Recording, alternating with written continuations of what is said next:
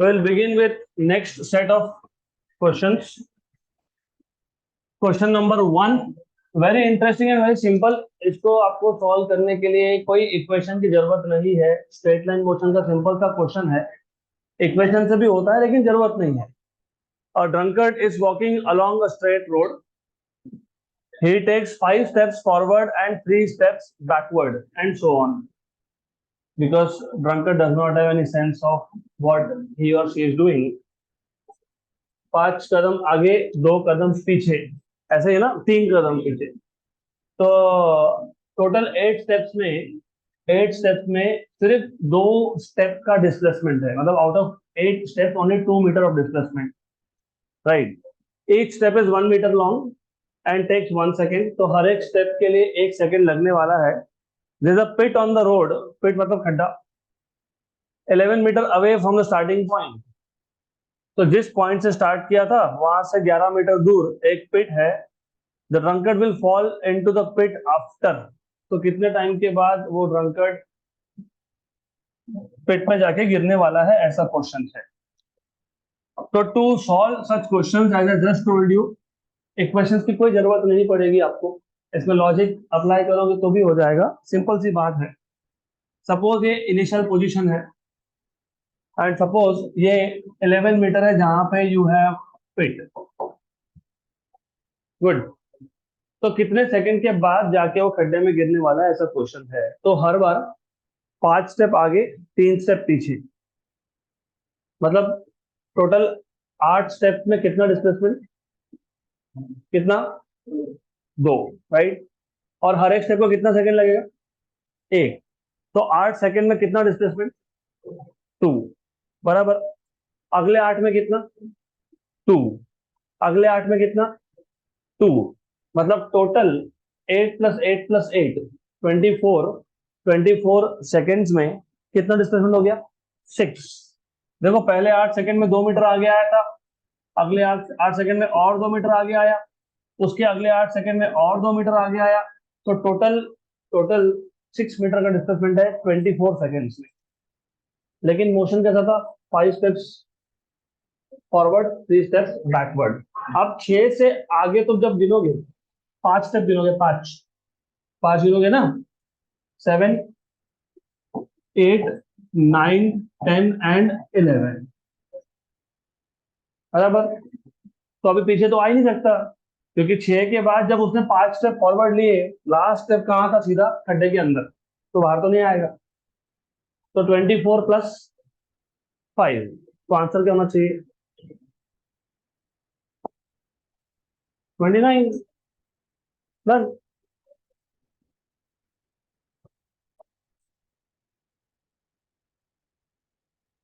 Next question is too simple.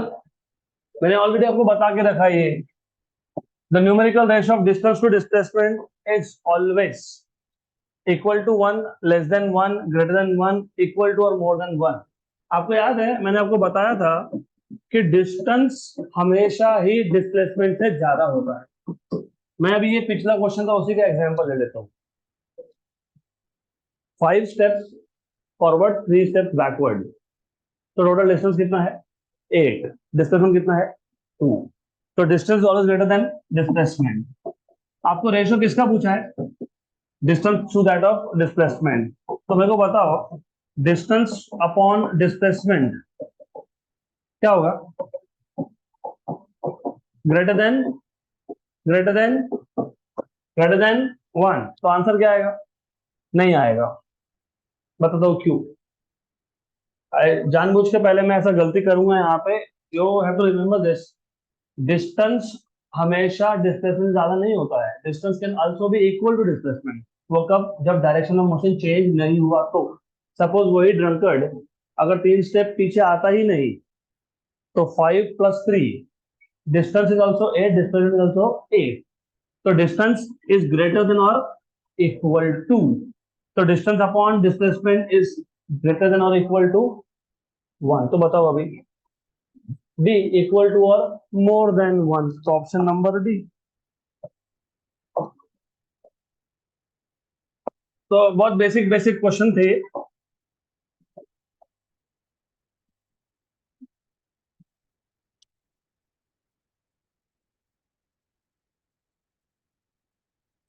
तो अभी याद रखो डिस्प्लेसमेंट और डिस्टेंस इक्वल कब होते हैं? When the direction of motion does not change.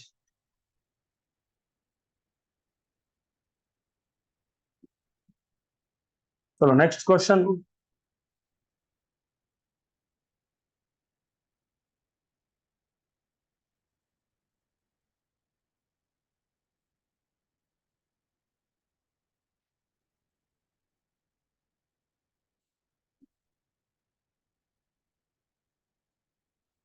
If a man goes 10 meter towards north and 20 meter towards east, then the displacement is again a joke.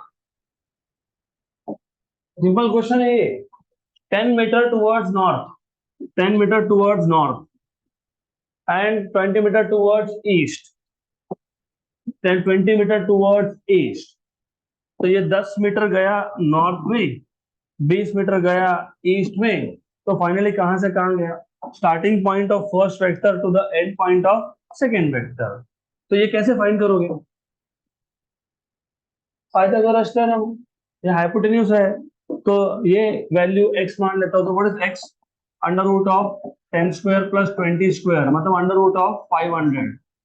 What is root of 500? क्यों find कर रहे हो? जरूरत ही नहीं है। थोड़ा यहाँ ध्यान दो।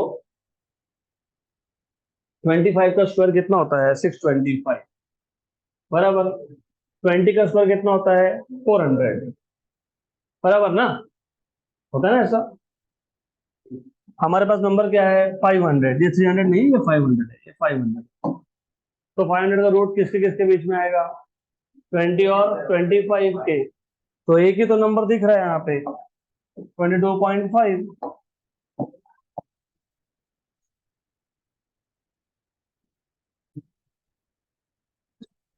Next question.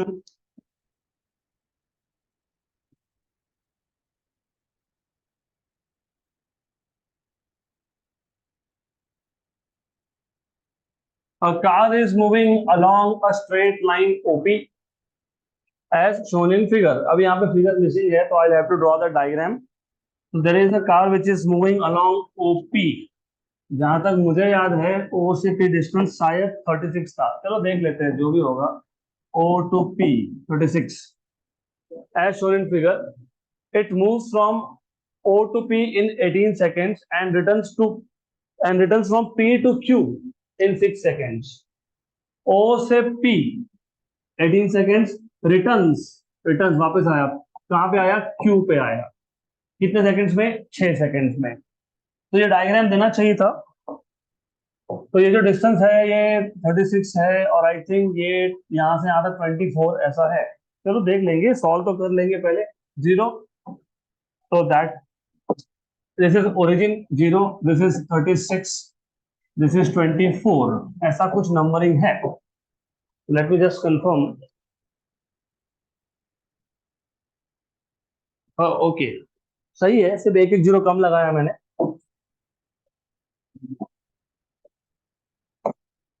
एनीवेज, तो ऐसा डायग्राम है। डायग्राम प्रिंट नहीं हुआ क्वेश्चन में, कोई बात नहीं। Which of the following statement is not correct?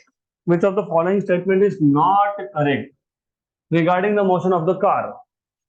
The average speed of the car in going from O to P and come back to Q is 20 meter per second. How do you find out average speed? Path length upon time, total distance upon time। O से P, O से P कितना distance? 360। Then P to Q कितना distance? 360 minus 240 मतलब 120। और time तो पता ही है, O to P जाने में टाइम कितना बोला है? 18 सेकेंड्स। और P टू Q में कितना बोला है? 6 सेकेंड्स। तो डिस्टेंस वाइज बात करोगे तो ये 360 plus 120 upon average, average speed बोला है, वेलोसिटी नहीं बोला है, एवरेज स्पीड बोला है, अपॉन टाइम कितना? 18 प्लस 6, तो कितना आ गया? हाँ, 480 अपॉन 24, तो कितना होगा? 20 मीटर पर सेकेंड, 20 मीटर पर सेकेंड। तो ये तो करेक्ट है ना? आपको पूछा कि क्या करेक्ट नहीं है, तो ऑप्शन ए करेक्ट है। आप देखते हैं B, average velocity of the car in going from O to P and back to Q is 10। Average velocity, velocity जब निकालते हो तो डिस्प्लेसमेंट अपॉन टाइम करते हो। ओ से पी गया, पी से क्यू आया, फाइनली कहां से कहां आया, ओ से क्यू। टोटल डिस्प्लेसमेंट हाँ 240। तो यहाँ पे क्या आएगा, displacement upon time, displacement upon time. What is displacement? 240। How much is time? 12 कैसे? ओ से पी 18, पी से क्यू 6, तो वापस से 24, 24 ही होगा ना। 10, 10 मीटर पर सेकेंड। तो what is average velocity? 10 metre पर सेकेंड। सही है ना? पक्का पक्का? क्या बोला है? 10 मीटर पर सेकेंड, है ना? तो ये भी करेक्ट है। करेक्ट है कि नहीं? Is it correct? यस और no? Average velocity from O to P and back to Q. So that is distance from O to Q 240. Time is 18 plus 6 24, तो बराबर है, ये भी तो करेक्ट है। आ जाओ सी पे। The average speed of the car in going from O to P and come back to O is 20. Check कर लेते हैं। Average speed, average speed in going from O to P and back to O. O से P कितना distance था? 360। फिर P से कितना है? 360। तो टोटल डिस्टेंस कितना हो गया? 720। और टाइम, ओ से भी जाने में कितना टाइम लगा था? 18। फिर आने में कितना लगेगा? 18। तो क्या आएगा? तो कितना आएगा? 20 मीटर पर सेकेंड। तो ये भी सही है। तो फिर क्या सही नहीं है? Option number. चलो चेक कर लेते हैं वो भी। अभी देखो, ये सब क्यों नहीं करना तो बता देता हूं मैं। ये तुमने तीन चीजें चेक करके टाइम पास कर लिया आपका। क्यों? Average velocity, what is velocity? Distance upon time. अब क्वेश्चन पढ़ो, ऑप्शन पढ़ो आप वापस। Average velocity of the car in going from O to P and back to O. जाके वापस आ गया, डिस्प्लेसमेंट कितना है? 0। तो एवरेज वेलोसिटी कितना आएगा? 0। तो 20 कैसे हो सकता है? Okay, good, done. चलो अगला क्वेश्चन, नेक्स्ट क्वेश्चन। तो अभी ऐसे टाइप के क्वेश्चन में फिर क्या करना चाहिए? पहले पूरा क्वेश्चन पढ़ने के बाद, चार ऑप्शन पढ़ने के बाद, सबसे पहले वेलोसिटी के लिए सॉल्व करना चाहिए। क्योंकि जब जाके वापस आ गया तो डिस्प्लेसमेंट 0 हो गया, तो वेलोसिटी 0 ही होने वाला है। A cyclist moving on a circular track of radius 4 meter completes half a revolution in 40 seconds. The average velocity is, again a very simple question. इस सेट में सब सिंपल क्वेश्चन ही आ गए, ठीक है, कोई बात नहीं, आगे होंगे फिर। A cyclist, there is a cyclist moving on a circular track of radius 40 meter. तो ये जो ट्रैक है इसका रेडियस है 40 मीटर। तो आपको समझ में आएगा डायमीटर इज 80 मीटर। ओके, तो there is a cyclist which is moving on this track, और कितने टाइम में आधा रेवोल्यूशन कंप्लीट किया? कितने टाइम में?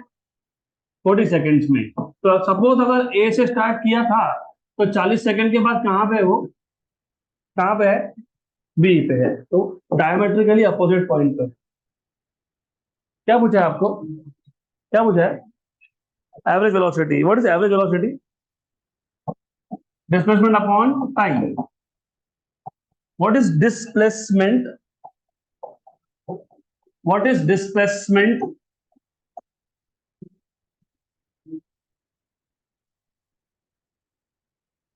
पाया। तो डिस्टेंस क्या होगा फिर?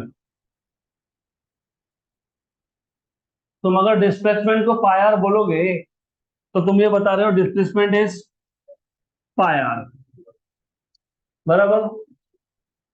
अभी किसी ने बोला ना डिस्प्लेसमेंट इज पाया, तो फिर डिस्टेंस क्या लोगे फिर? तो डिस्प्लेसमेंट हमेशा होता है शॉर्टेस्ट डिस्टेंस। तो ए और बी में शॉर्टेस्ट डिस्टेंस क्या है? आर प्लस आर, मतलब 2 R diameter. Total displacement 2 R. Upon time. Time कितना लग गया, कितना कितना 40। तो आ गया आंसर। क्या है आंसर? 2 मीटर पर सेकेंड। अच्छा जो what will be average speed? टू कैसे आएगा? पायार होगा, पायार। पाई आर मतलब 40 into pi upon time. 40 40 cancel, तो क्या आएगा? पाई।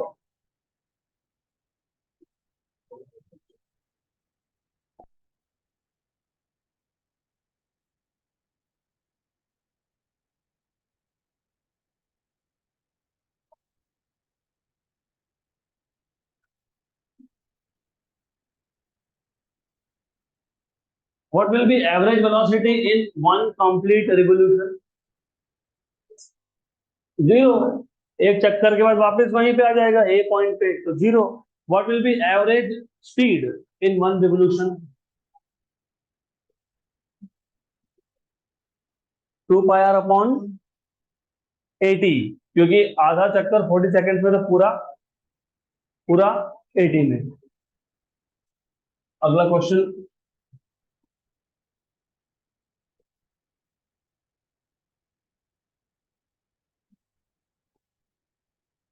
ये तो कल हुआ था हमारा, याद है क्या?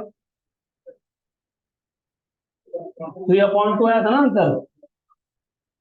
तो ये ऑलरेडी हुआ है, तो तुम चेक कर लो 2/3 3/2। If I remember correctly it was 3/2। Is also joke.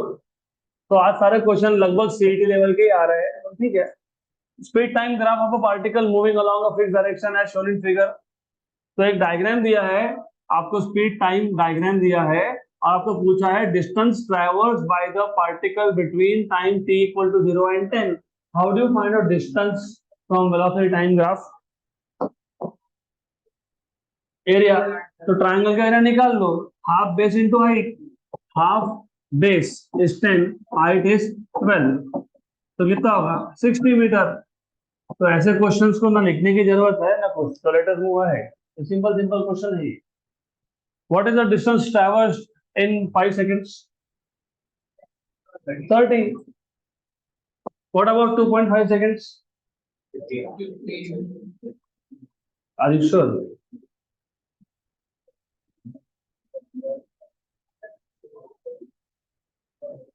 आधे का आधा करते मत जाना। जब मैंने हाफ टाइम पूछा, तो क्योंकि दो, इस ट्रायंगल के दो इक्वल एरियाज हो गए थे, दो इक्वल में स्प्लिट हुआ था, इसलिए तुमने जब बोला 60 का आधा 30, तो ठीक है। लेकिन मैंने बोला 2.5, तो तुमने क्या किया? आधे का आधा कर दिया।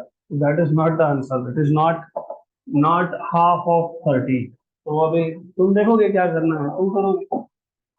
This is a good question. तो ये क्वेश्चन नीट और जेडबल लेवल का है, तो इधर अभी ध्यान दो, सब अच्छा क्वेश्चन है, क्योंकि यहाँ पे इंटीग्रेशन इन्वॉल्व है।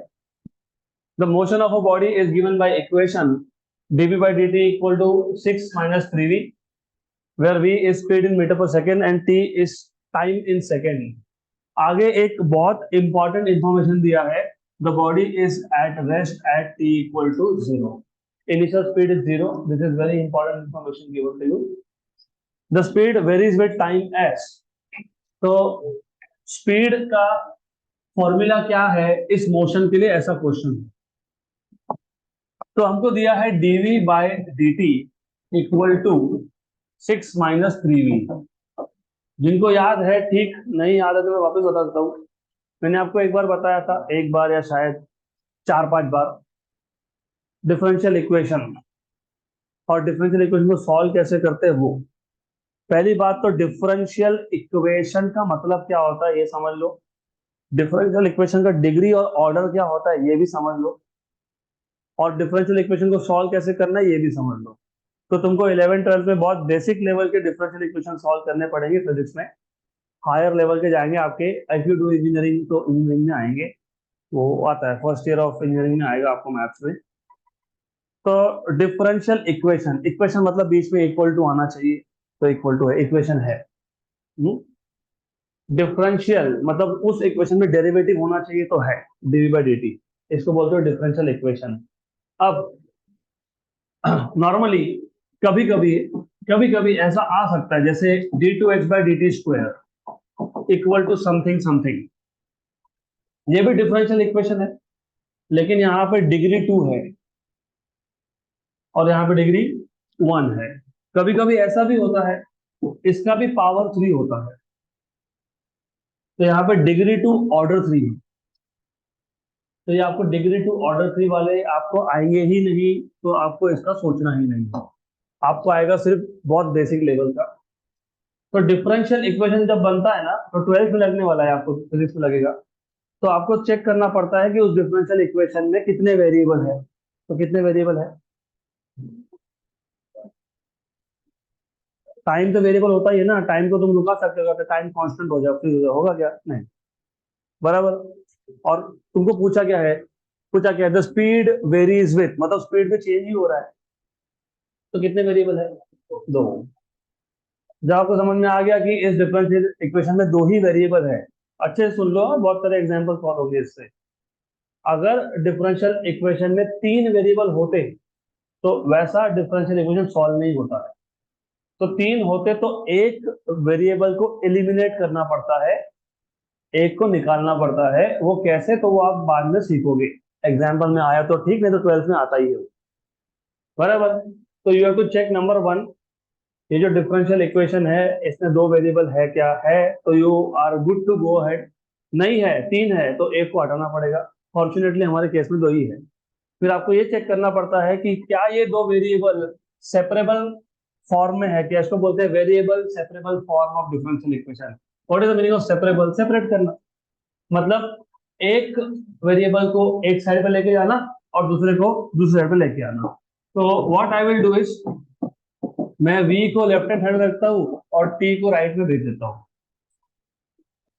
तो अगर अगर differential equation variable separable form में हो, मतलब आप इजीली एक वेरिएबल को राइट साइड में एक को लेफ्ट साइड में कर पा रहे हो, तो वैसा कर लो। और जैसे वो हुआ, उसके बाद करते हैं इंटीग्रेट। क्या करते हैं? इंटीग्रेट। तो एक बार आपने वेरिएबल्स को सेपरेट कर लिया, तो अगला स्टेप होता है इंटीग्रेशन। तो कर लो इंटीग्रेट। और जब इंटीग्रेट करते हैं तो दो टाइप के इंटीग्रल हो सकते हैं, एक है डेफिनाइट, एक है इनडेफिनाइट। तो ये डेफिनाइट है कि इनडेफिनाइट है? इनडेफिनाइट। तो जब डेफिनाइट हो तो कांस्टेंट नहीं लगता है साथ में, और जब इनडेफिनाइट हो तो कांस्टेंट लगेगा साथ में, तो प्लस सम कांस्टेंट। अब इसमें भी कंफ्यूजन होता है, राइट में क्यों कांस्टेंट लिखा, लेफ्ट में क्यों नहीं लिखा? तो ऐसा कोई रूल नहीं है। इसका एक कांस्टेंट, उसका एक कांस्टेंट, दोनों मिला के एक कांस्टेंट। तो does not matter if you are writing constant on the left side और ऑन द राइट साइड। ठीक है, तुमको जहां लिखना है वहां लिखो। चलो अगले स्टेप में लिख देंगे। What is integration of D T?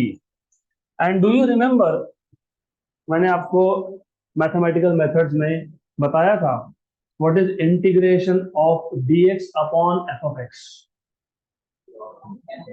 ln of F of x, अगर आपको याद होगा, integration of dx upon F of x is log of F of x upon derivative of F of x. सिर्फ यहाँ पे एफ ऑफ एक्स, यहाँ पे F of we है, क्योंकि यहाँ पे वेरिएबल वी है। तो फिर अगर ये सेम रूल मैं इस पे लगा दूं, तो मुझे बताओ what will B integration of dv upon 6 minus 3v। ln ln 6 minus 3v upon derivative of 6 minus 3v। हाँ, वेरिएबल v है तो वेरिएबल v है तो इधर भी v आएगा, derivative with respect to v आएगा। बराबर। ओके। प्लस कांस्टेंट, क्योंकि इनडेफिनाइट इंटीग्रल में कांस्टेंट लगता ही है, और मैंने जैसे तुमको पहले बताया, तो लेफ्ट साइड में रखो राइट साइड में रखो, कोई फर्क नहीं पड़ता। Constant is a constant, does not matter, you add it here, you add it there, एक ही बात है। तो t इक्वल टू, हाँ, आंसर थोड़ा सा चेंज होगा उससे, थोड़ा सा होगा, वो देखते हैं बाद में, फिलहाल तो सॉल्व करो। ln 6 minus 3v, what is derivative of 6?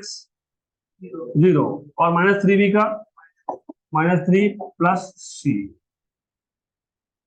अब ये क्वेश्चन सॉल्व करने के लिए तुमको सबसे पहले लगने वाला है what is the value of c।